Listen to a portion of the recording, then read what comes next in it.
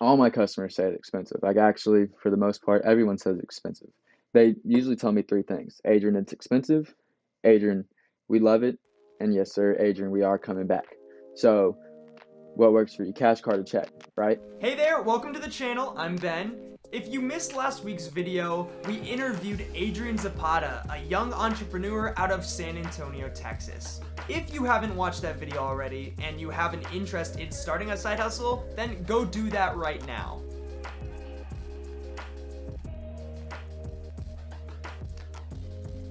Now, in this latter portion of the interview, Adrian goes over how he took that side hustle and turned it into an actual business, one that's profitable and scalable. Adrian has learned a lot about how to start, market, leverage, and grow a company. He's gonna lay out the exact steps that he took, the lessons that he learned, and provide some invaluable insights that are gonna help you get started. As always, if you found value in the content, go ahead and hit that subscribe button. With that being said, take it away, Adrian. So moving forward, so you started doing lawn mowing, you started knocking on doors, and that was your go-to method of marketing. Really simple startup. At what point did you realize, did you go in with kind of a business plan? It sounds like you kind of just put this together. At what point did you realize, hey, I need to think specifically about my marketing? How did you come up with your pricing? Like, when did all that kind of come together? Hit me right in the face from the start, man. It was like, shoot, there's so many different things that you gotta get going. Like, what do I have to do next? Slow it down and figure it out one thing at a time. We got to get customers first. So let's figure out the marketing thing. We already know if we go door to door and we talk to somebody, we can get them. Well, shoot, a lot of my friends don't like talking to people. Okay, but I can get them to walk with me in the neighborhood. So eventually, like what it turned at the beginning, it was, hey, I'll buy you food, go walk this neighborhood with me because I don't want to do it by myself. Then it turned into, hey, you and your nephew come and walk this neighborhood with me, and I'll bring my cousin, whatever, and everybody gets 20 cents per door. So now you go hit the whole neighborhood, and however many houses are in the place will 20 cents, and you break it off, make sure they get paid for it. And so simply that's what I did. And instead of actually going to the door and actually knocking on it, now we just put the card in the door that had the phone number, had all the little things on it, and then from there I get the call, I close the deal, and that was that. So first part is getting the customers. So that's how I did that. Second part, really another big thing is like scheduling. At the beginning, I was able to schedule things on just a little notepad. So if you're just in one little market, which I'd say I'd recommend to stay in your little area. So let's say you have 5 different neighborhoods. Go ahead and write down each of the neighborhoods and then basically put the names of the people in those neighborhoods. And from there, it's really simple to just keep track of it like that at the beginning of it. Eventually, I ended up using a CRM. It's called Lawn Pro. Okay. The cheaper version is only like, I believe, 15, $30 a month. So simple. But it does your invoices. It makes it to where now you can do online billing, so you can take credit cards. It gets you away from using the papers now, so or using the notebook now. So I mean, that made life so much easier with the scheduling. So once you start making a little bit more money, like I said, 15, $30, you have to invest. You have to put more money back into your company, back into marketing, back into what's going to keep the machine going so that we can have more money coming out, right? So put that money into the CRM, made sure that was all easy. I'm able to send invoices easier now. I can get anything, all types of emails from my customers. If they want to send something in, like they have a request for work, they can send it in through there. So, or they can just text me. Either one works right now. So that's the next point, scheduling. After that, getting the yard taken care of. I usually tell them, well, after it's on the schedule, the CRM will send them an email, and then I'll also send them a text message because we're not that big right now. It's easy for me to just go ahead and in my notes, I already have like a list of notes that I'll copy paste, and I'll just copy paste it, change the name, send it over. So, good morning, Danielle. We'll be there tomorrow to cut your grass. Send. Copy paste, go to the next one, and then we'll send that to the 10 people that we have the next day, right? So from there, they'll go ahead and they'll all say yes, and now we know, and we know that the gates will be unlocked. So all we have to do is go over there, cut the grass, take pictures, send the invoice, done.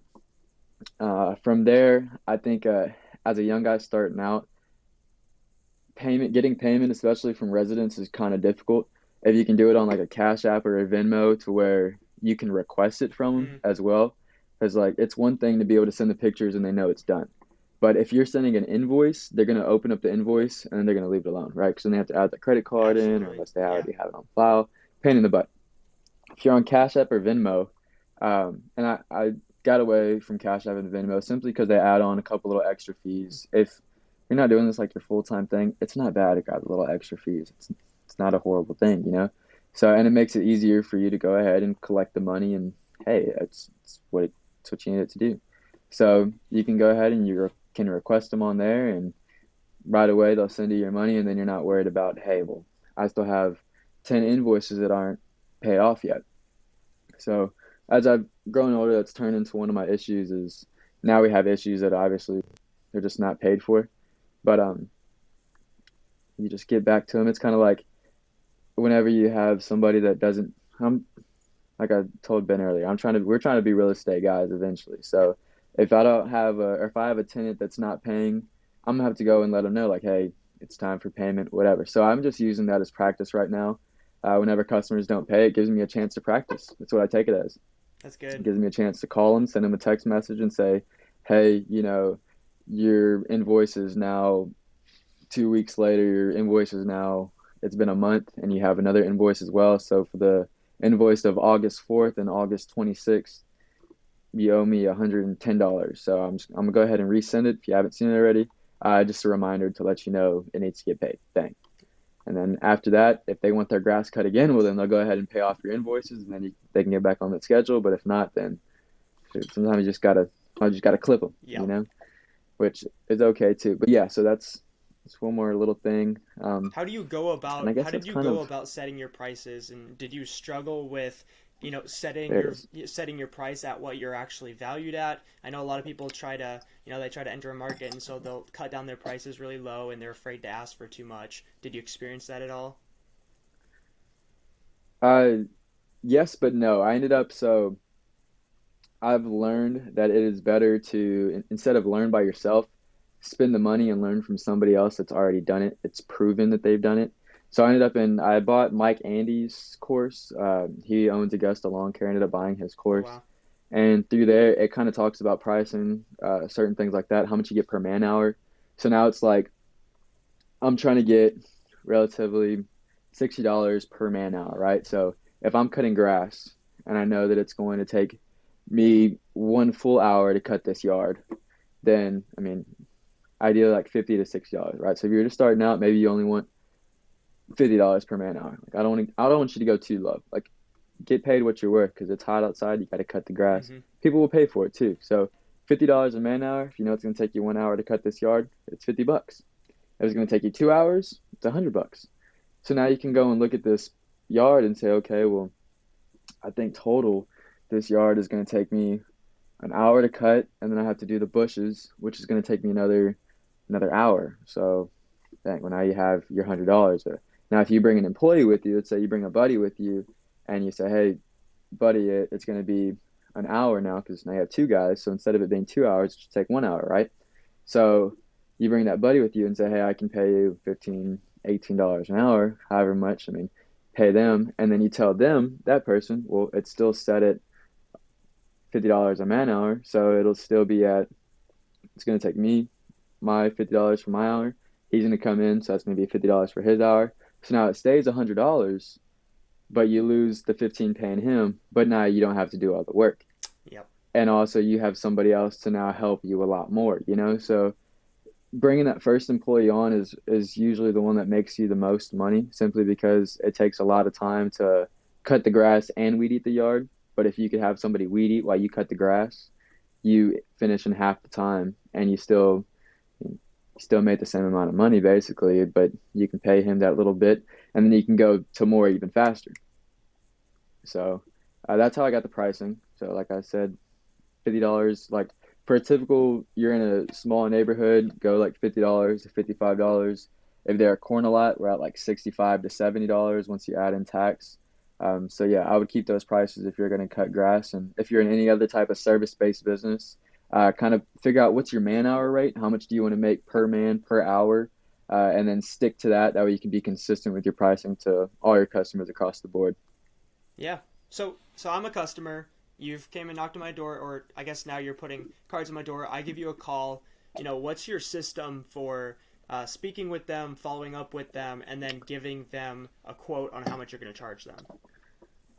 Okay, a couple different ways.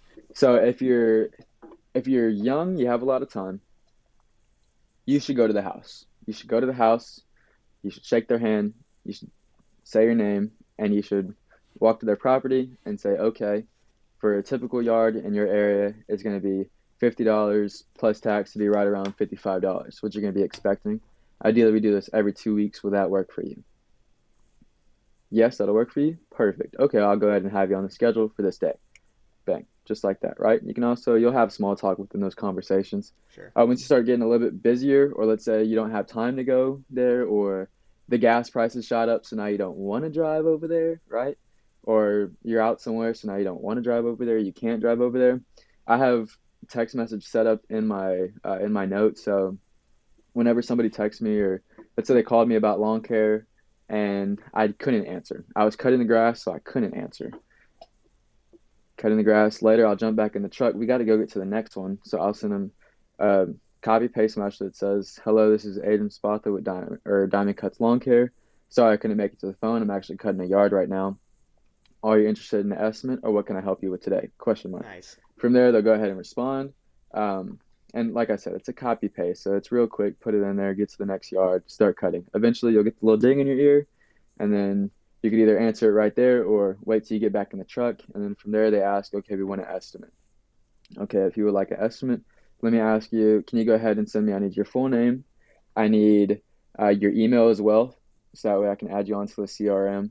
And then sometimes people get weird when you ask their address, especially in something little like lawn care. Mm-hmm. Instead of asking for their address, instead ask them for pictures of the front and backyard.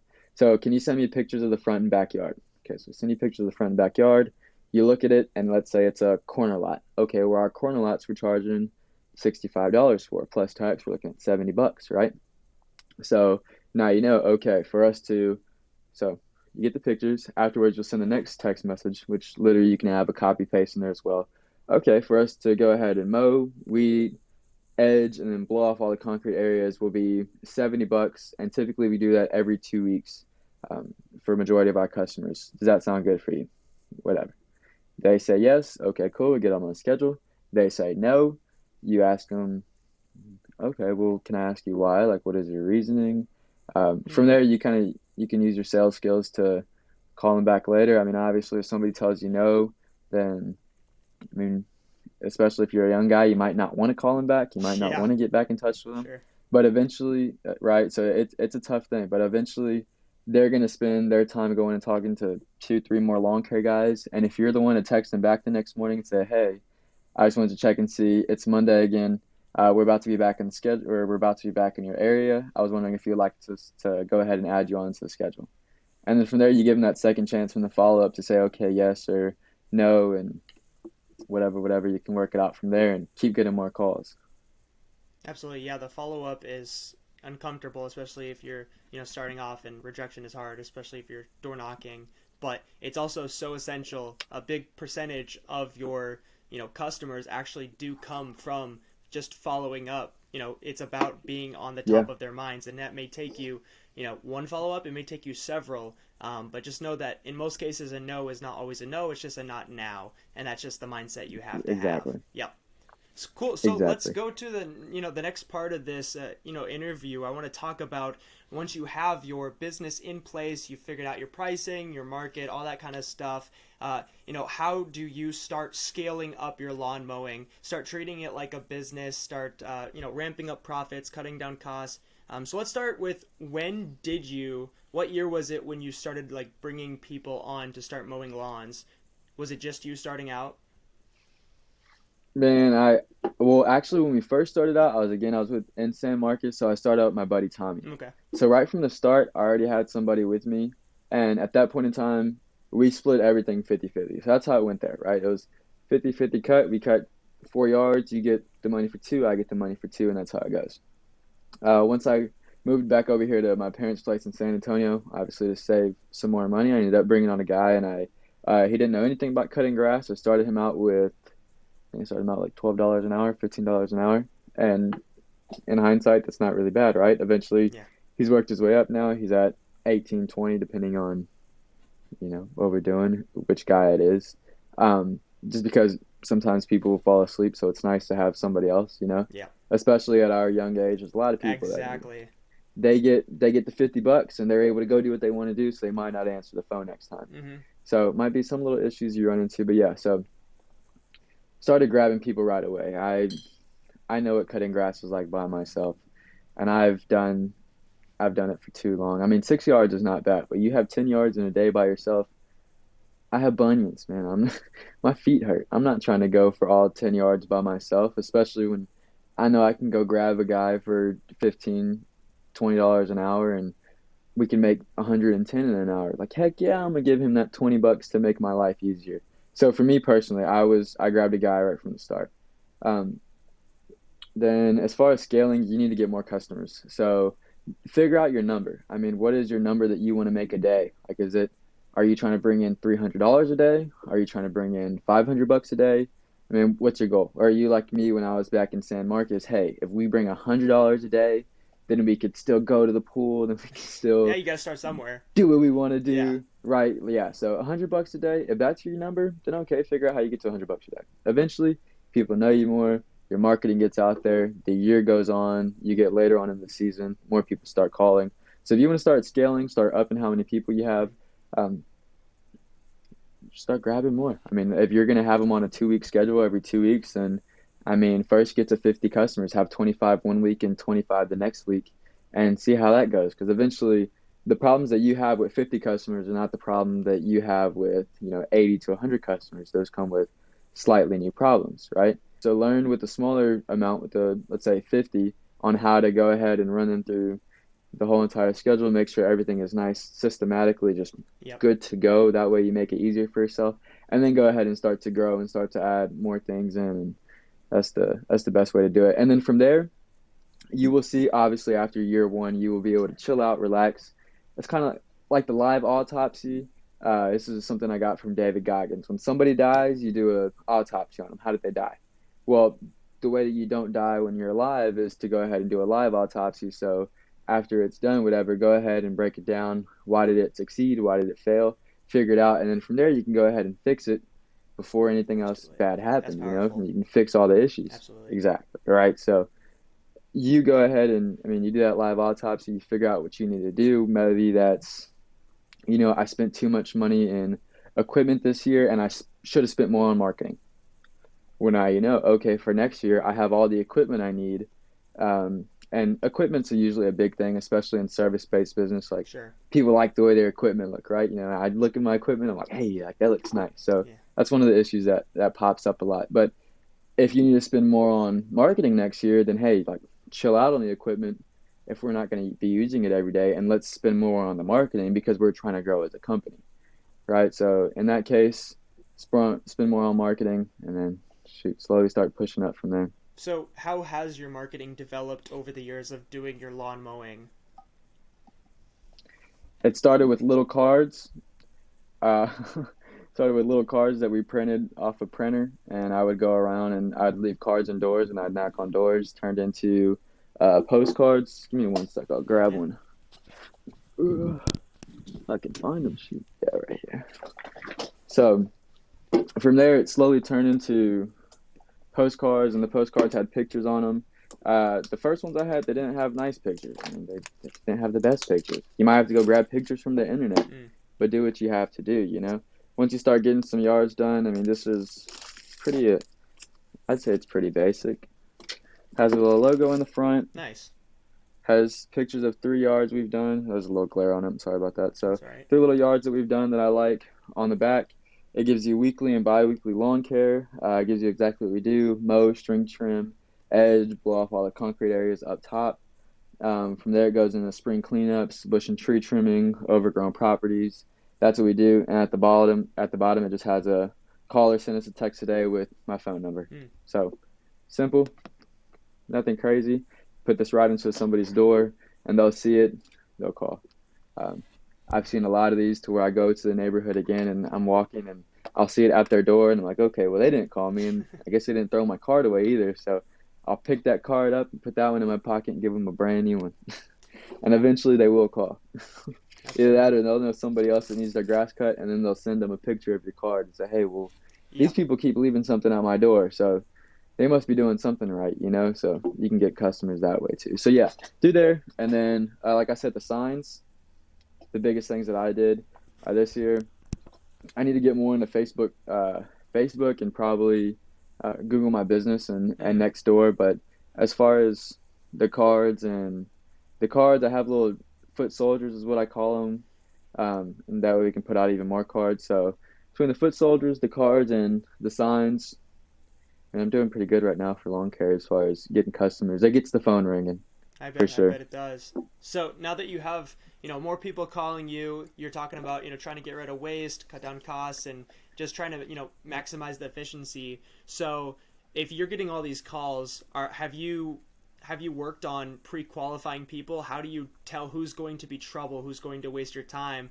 I think a lot of people get afraid of the liability part of, doing any sort of service-based side hustle or business.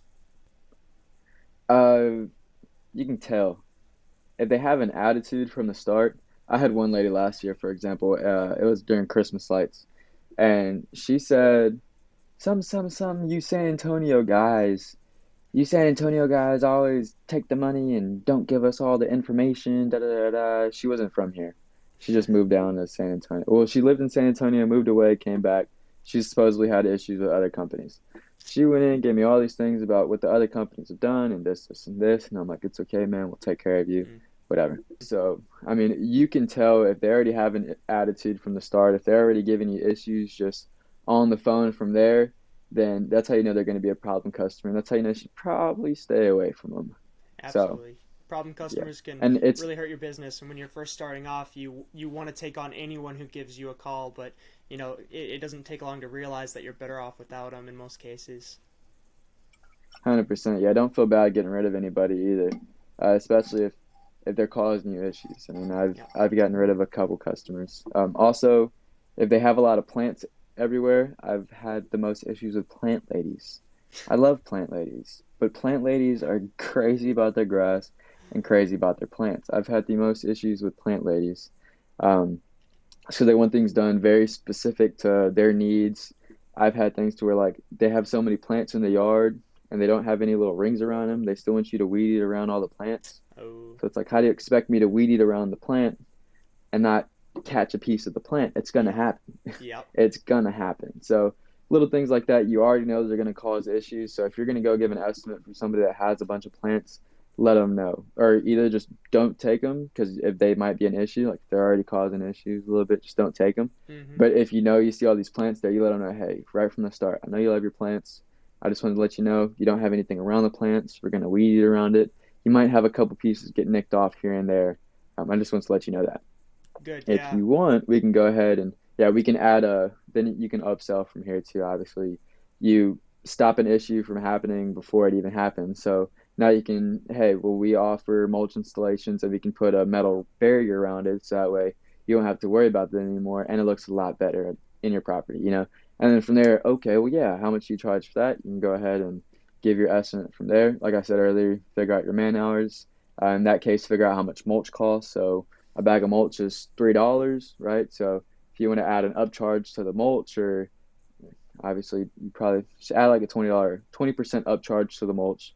Figure out this is going to take me 2 hours, $50 a man hour on the 2 hours, plus your mulch, plus the little added extra percentage, and then bang, that's how you get your first number, right? And from there, if it wasn't enough, okay, next time you can go ahead. Well, you got your education from the first one.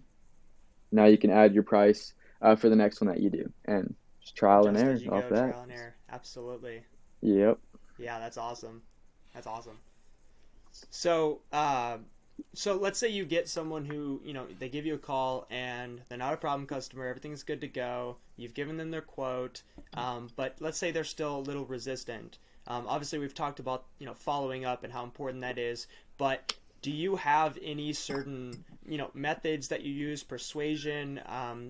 Do you look for pain points? How do you what's your kind of your pitch when you're trying to win over a customer who's on the fence? Yeah, 100%. From the start, you got to agree. If you disagree with somebody, that's the easiest way to start an argument. Especially if you're already having an argument and you keep on disagreeing, or you're just going to get the person more hot, right? Yeah. So, same thing. If it's a customer and they say, "Hey, well, we don't want to do it right now," you're right. I agree with you. I would be a bad idea to pull some rash decision and do it right now. Let me ask you. Or let's say they tell you they need to talk it over with their wife, right? Yeah. Okay, well, how long have you been with your wife? I've been with my wife for 7 years. Okay, well, you should know your wife pretty well. Let me ask you, from what I just told you, what do you think your wife would say no to, right? And then they'll break it down to you, and obviously it's probably something that they already had in their mind, but Mm. they're going to bring it up, right? So let's just say they say it's price. Okay, well, it's too expensive. Agree with them. First rule, agree. Absolutely. I agree with you. It is pretty expensive. And here's Actually, all why. my current customers right now, yeah, exactly. So you can break it down, tell them why.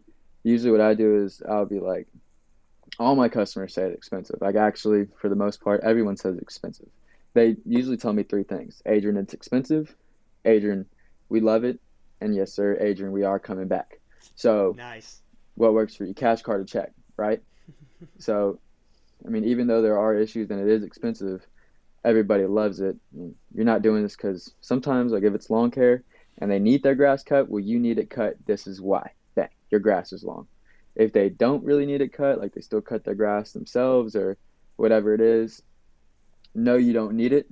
And nobody buys this because they need it. They buy it because it makes your yard look beautiful and they love the way our service is and they love that you don't have to do anything anymore, right? So Absolutely.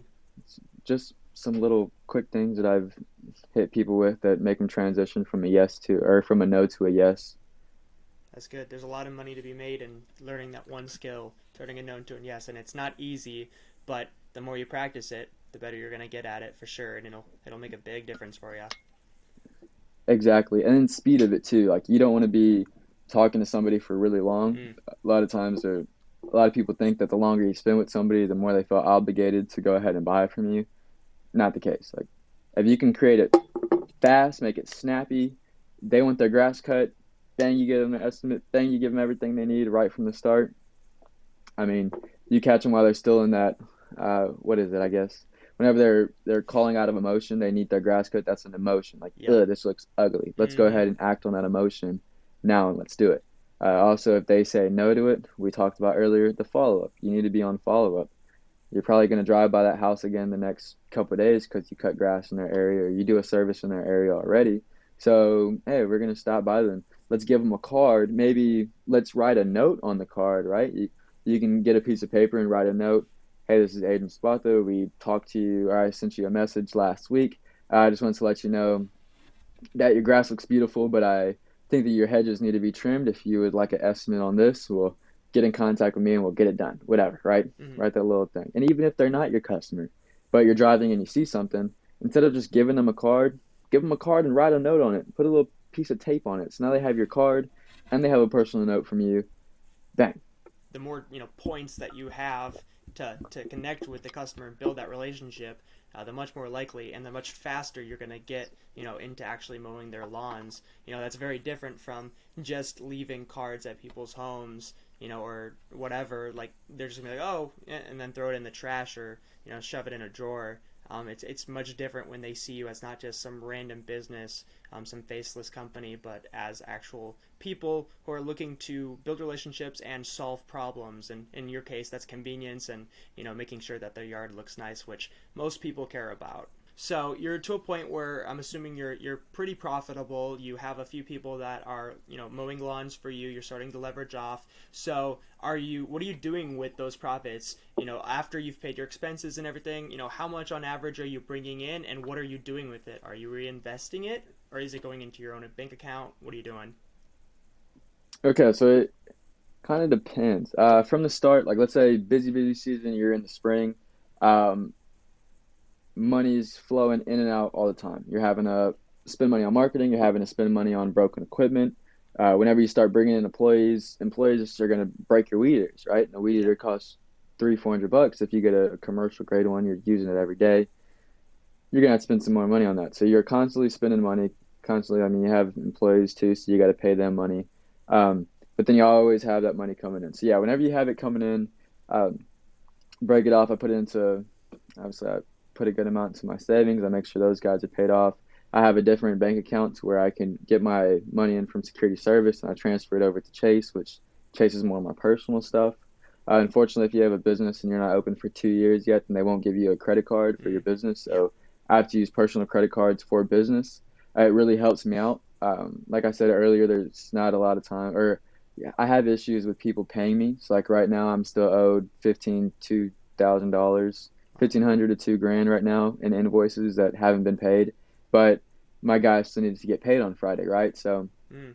I keep my cash. You want to keep your cash in your savings or in your actual business account, and then use your credit cards for the things like gas or things like buying new mowers, stuff like that. So that way you can still buy those, and it buys you more time with that credit card. So that way the money comes in, and you still have your money. So now when your guys need to get paid, you can still pay them. You're You're not covered. having to freak out, worry about, yeah, you're still covered there. You have your money. So you have that, and then if your credit card starts to get too high, whatever, okay, we'll pay those suckers off or bring them down so that way you can get to a point. And then whenever you're in business, like nobody says it's easy. So you're bringing in a lot of money, but hey, if you have to only live off of a little bit of amount for right now because it's all tied up in people not paying you, well, now, okay, well, that gives you more of an incentive. Hey, if you want your money, well, you better go Better go start get texting and calling it. people and saying, hey, we need the money now, right? So get your money and put it back into something else that's going to make you more money, as well Absolutely. as educational stuff. I've probably spent, I don't know, like another 2 grand on educational stuff right now. Like I have a Jason Guyman power washing and Christmas lights course. I have the Mike Andes landscaping course. I have some other courses through Grant Cardone, and then I'm not in school anymore, so you still need to keep education going. So that's where Absolutely. I put my money to, That's important. and mine keeps on growing, and eventually, shit, it'll work out. That's great, man. That's awesome. I love that you started with lawn mowing and then, you kind of mastered that and then you started to leverage it off and you transitioned into doing something that was even more profitable and, likely you're going to figure out how to leverage that off and move up the scale. But that's why side hustles are great. You not only can you I'm turn them saying it. into, little businesses, but they can grow into something that's awesome and they can keep growing even without you. Yeah, and I know a lot of people throw out lawn mowing. I feel like it's one of the, better known side hustles, but a lot of people don't think about the latter portion, which is once you get to the point where you're leveraging off and you don't actually have to do the lawn mowing yourself and you can handle the marketing side and the growth side, and that's exactly what you've detailed out today. So if you've been watching this video, then you have no excuse. You know exactly how to do it. Adrian has laid out the steps for you. We did hint at it a few times throughout today's episode that we are going to be doing a follow-up interview later at the end of the year because Adrian here doesn't just do lawn mowing, but he does a variety of things. One of the biggest things for him right now is doing Christmas lights.